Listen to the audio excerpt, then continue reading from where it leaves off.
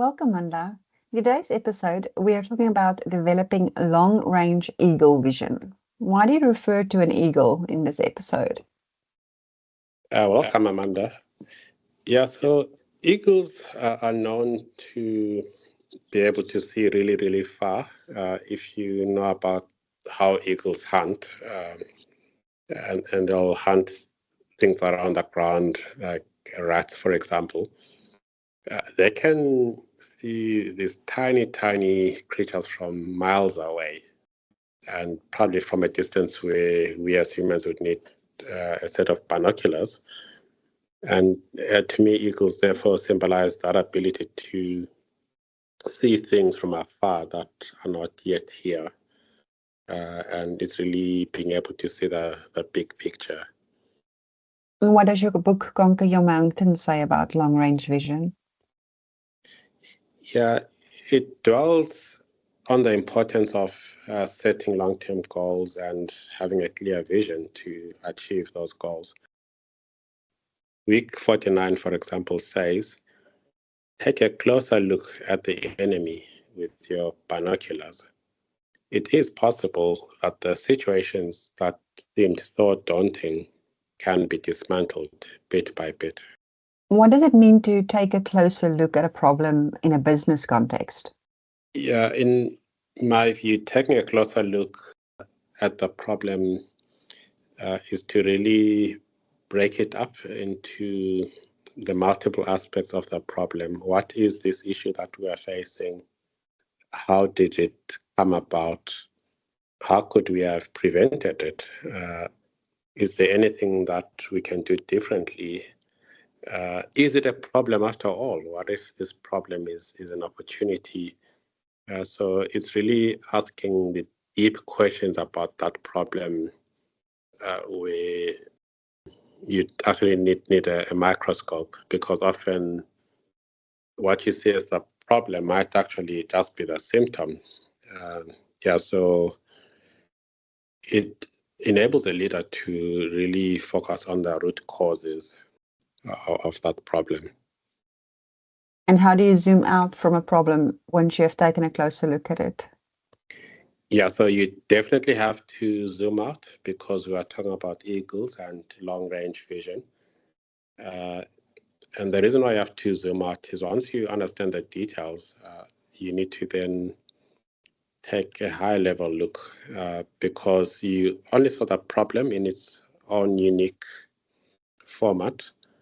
When you zoom out, you can now see that problem as part of an ecosystem.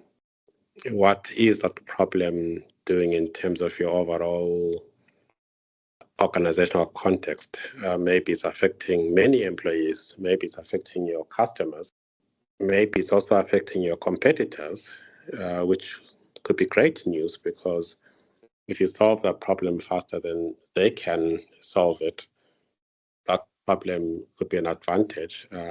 And just an example, if you look at the electrical vehicle industry, many of those vehicles are limited in terms of the range, so they can only travel perhaps 300 to 400 miles. And that's a problem for all manufacturers within the industry. However, the manufacturer that is the first to make a vehicle that can actually charge its battery and drive for 1,000 miles, they'll have turned that problem into an opportunity. And that's what happens when you zoom out from the problem and adapt eagle eyes, adapt long-term vision to look at that problem from a far greater context. How can leaders analyze difficult situations and see them more strategically?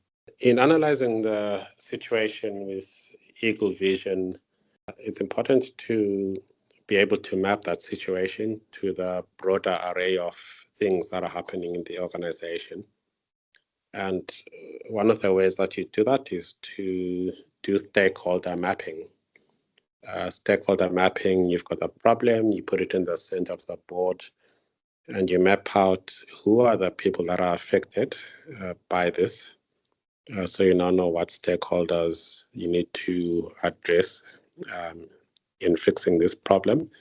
What are the scenarios that we can try in solving for this problem? And when you do scenario analysis, you might find that the way that you solve for the issue might address 20% of your stakeholders, but there could be an 80% level that is still not helped. So you keep doing more and more scenarios until you can achieve a broader part of your ecosystem. You'll never be able to please everyone. If you get to 100%, that would be magic. But strategy is to really use the 80-20 rule to try and put in that 20% effort that achieves the 80% result. And I think that's a key way to work through a difficult situation from a strategic point of view.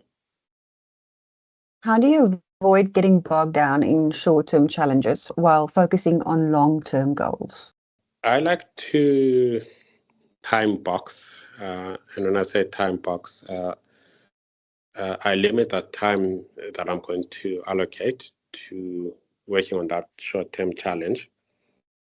So, for example, this morning, we were working on a particular document that we need to finalize. And I found that it was taking too long. So I had to choose to get to the end of the time box that I'd allocated and then reprioritize what we needed to achieve, delegate some of it so that someone can keep working on it when I have to focus my attention elsewhere. And if I hadn't done that, I'd still be bogged down and I'd lose the benefit of zooming out and adopting the eagle range long-term vision that will help me stay more broadly on track. That's really good advice, time boxing. Can you share an example when you viewed a situation strategically and it helped you to solve it? Typically, when I apply strategy, it's with a view to seeing what overall market trends are. So, for example, when we've been working on something, whether it's a product and it's not performing, the key ingredient of being able to pivot in those cases was bringing other stakeholders into the room. Because often I think I have perfect vision, although I don't really because I wear glasses. But often when I look at a problem, I think my vision is perfect. And I find that once I've spoken to other people, there could be other aspects that I didn't quite see. And that's how you can be more strategic in dealing with these issues. How do you stay focused on the bigger picture, even when daily tasks are overwhelming? It does touch on the previous episode we discussed earlier about how to eat an elephant. And I think the focus is to really keep asking what's in it for you in terms of that bigger picture, because that will keep you motivated. Yeah, and then if you do that, the daily tasks that seem overwhelming will start to appear like the small steps to that greater picture that you are creating. And what advice do you have for leaders who want to strengthen their long-term vision?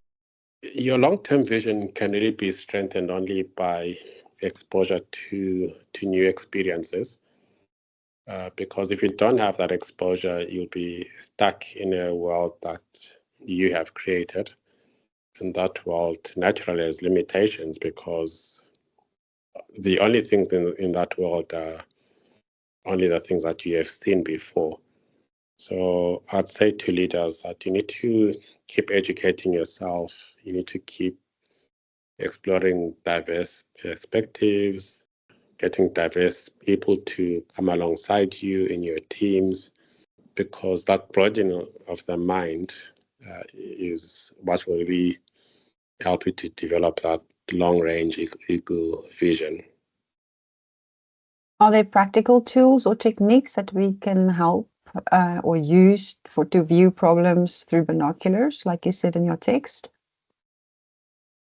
Yeah, for a long while, I've always used mind maps.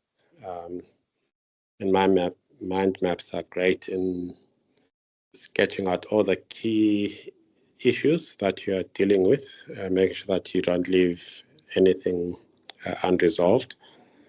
And for me, that mind map is not something that I type.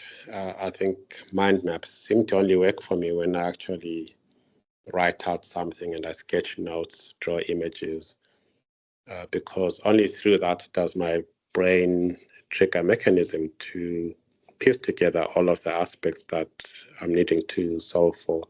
Yeah, so mind mapping is a great technique. And how do you determine if a short-term problem warrants immediate attention or can be strategically managed? Is that easy to spot? I think so. Short-term problems will always be there. In fact, they are inevitable. Even as the air that we breathe, they will always pop up. The very quick way to analyze that is to say, does this problem affect the long-term strategy that I have? If it does, then yeah, definitely it must get your immediate attention. If it doesn't, then the next question you need to ask is, does it need to be solved? Yes or no?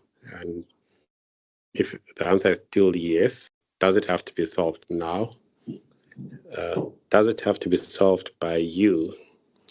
And if it does follow that framework, you might find that there's quite a few short-term problems that came onto your radar that you can and really be left with the few that are going to add value to your long-term vision.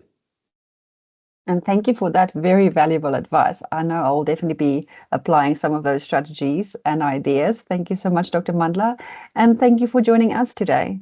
My name is Amanda de Wit, and I am the Senior Editor at Luca, the Faith and Inspiration imprint of Penguin Random House, South Africa. And I'm Mandla Moyo, the author of an inspirational book called Conquer Your Mountains, as well as a science fiction book called The Fallen Angel.